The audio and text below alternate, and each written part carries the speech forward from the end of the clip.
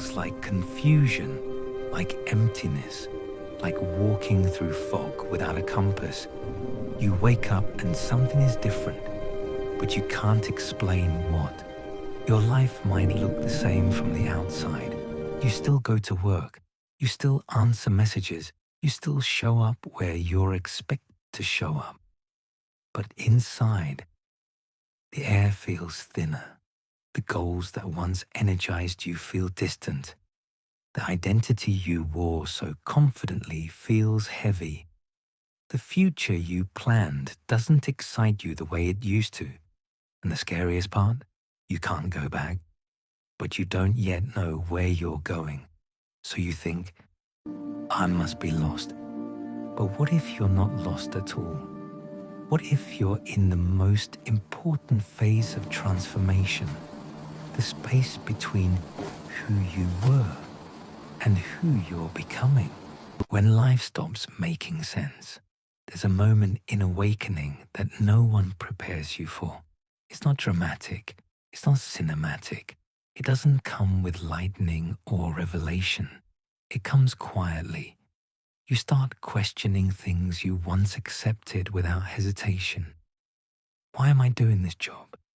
Why am I chasing this version of success? Why does this relationship feel misaligned? Why does everything feel off? But here's the paradox.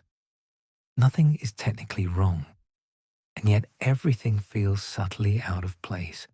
It's like standing in a familiar room and realizing the walls have shifted by 1 inch. Not enough to collapse, but enough that you can't relax. You try to fix it the way you always have. You make new plans. You read self-help books. You set new goals. You tell yourself to get it together. But the old strategies don't work anymore because the person who built those strategies is dissolving. And dissolving doesn't feel empowering. It feels like losing structure. It feels like the ground beneath you turning to sand. And that's when fear appears. Fear whispers, you're behind. You're wasting time. You should have it figured out by now. But what you're experiencing isn't failure. It's transition. The void phase. The space between identities. In psychology, identity is how we orient ourselves in the world. It's the story we tell about who we are. I am ambitious. I am the responsible one. I am the helper. I am the strong one. These roles stabilize us. But what happens when they stop fitting?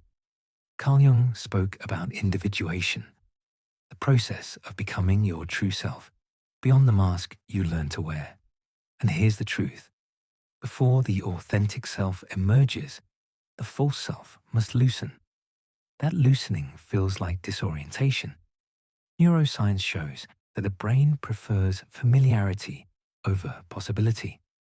Even if familiarity makes you unhappy, it feels safer than the unknown. So when your inner world begins to shift, your nervous system interprets it as danger. You crave clarity. You crave direction. You crave certainty.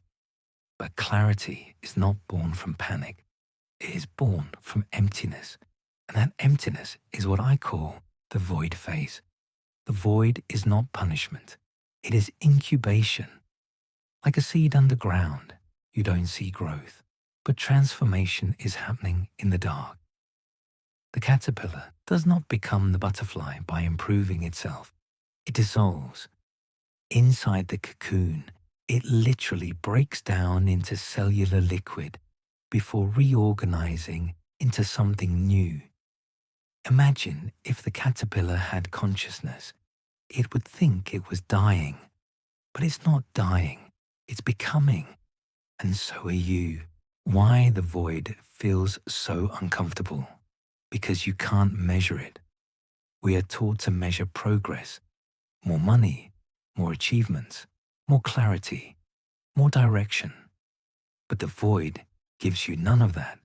It gives you silence. It gives you stillness. It gives you long stretches of uncertainty when nothing seems to move. And the ego hates stillness. It wants action. It wants evidence. It wants a timeline.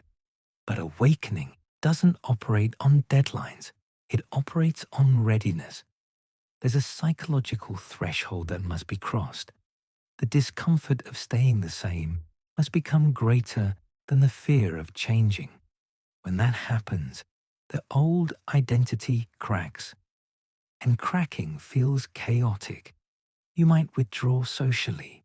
You might lose interest in things you once loved. You might crave solitude without understanding why. You're not broken. You're recalibrating, like a compass adjusting to magnetic north. Your internal orientation is shifting, and recalibration requires pause. The desert before the promised land. Many spiritual traditions speak of the desert, not as punishment, but as purification. The desert is empty, vast, silent. There are no distractions there, no applause, no external validation, no familiar landmarks, only you. And that's why it feels unbearable at times, because without your roles, without your achievements, without your external definitions, who are you? The void strips away what you are not so you can discover what you are. It removes noise so you can hear something quieter, your own truth. But truth whispers, it doesn't shout. And you cannot hear a whisper while panicking about being lost. The shift from lost to unformed. Here's the reframe. You are not lost. You are unformed. Lost implies there is a correct map and you misplaced it. Unformed means you are in creation. Think of the moon. When it disappears into darkness, we don't assume it no longer exists. We understand it is in a phase. Yet when your life enters darkness, you assume something has gone wrong. What if this is simply your new moon? A phase of invisibility before illumination returns. When you stop labeling this space as failure, your nervous system softens. When you stop trying to rush clarity, clarity begins to gather. Because clarity is not forced, it condenses, like mist forming into rain, but only when the atmosphere is right. And the atmosphere becomes right when you surrender the need to control the timeline. What to do in the void. This is where most people get stuck. They think they must do something dramatic.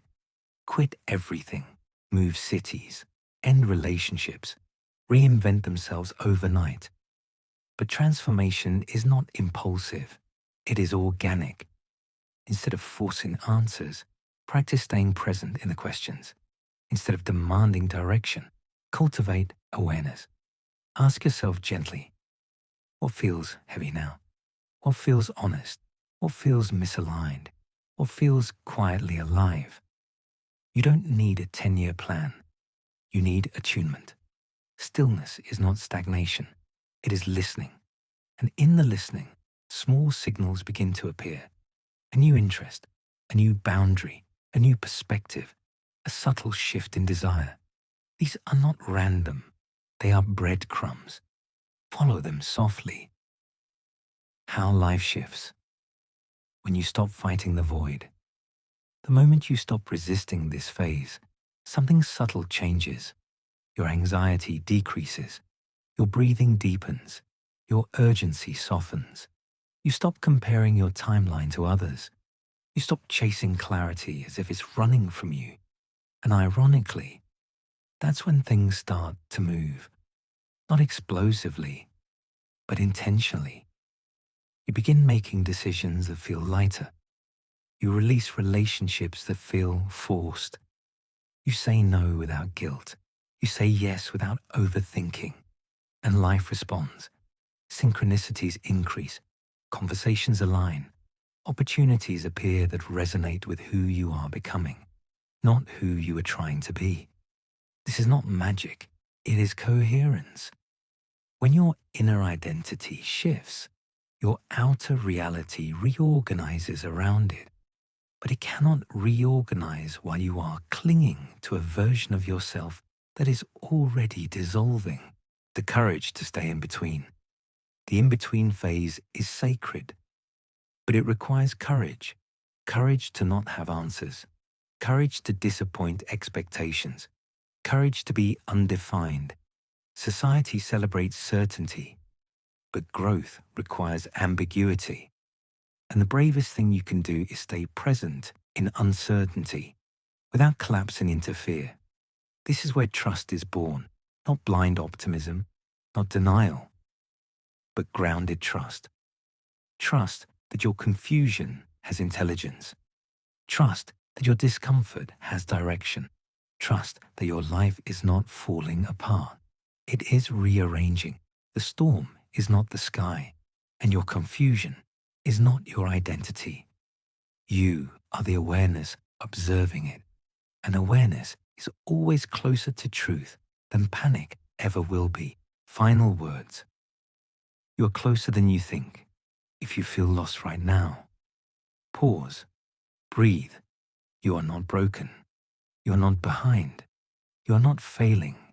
You are in the void phase, the space where identities dissolve, the space where illusions fall away, the space where something truer begins to take shape.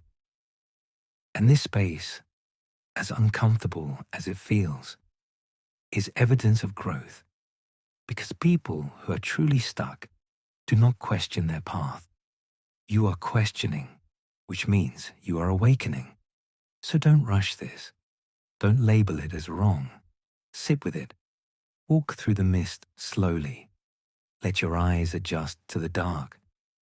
The stars are always more visible at night, and sometimes clarity doesn't arrive like lightning. It arrives like dawn, gradually, softly, inevitable. If this resonated with you, stay with this space. Like the video, not for the algorithm, but as a reminder to yourself that you are not lost. Subscribe if you want more reflections like this, not to escape your confusion, but to understand it. And comment below. What part of your old identity are you quietly outgrowing? You are closer than you think, and the version of you on the other side of this phase, they are already forming in the dark.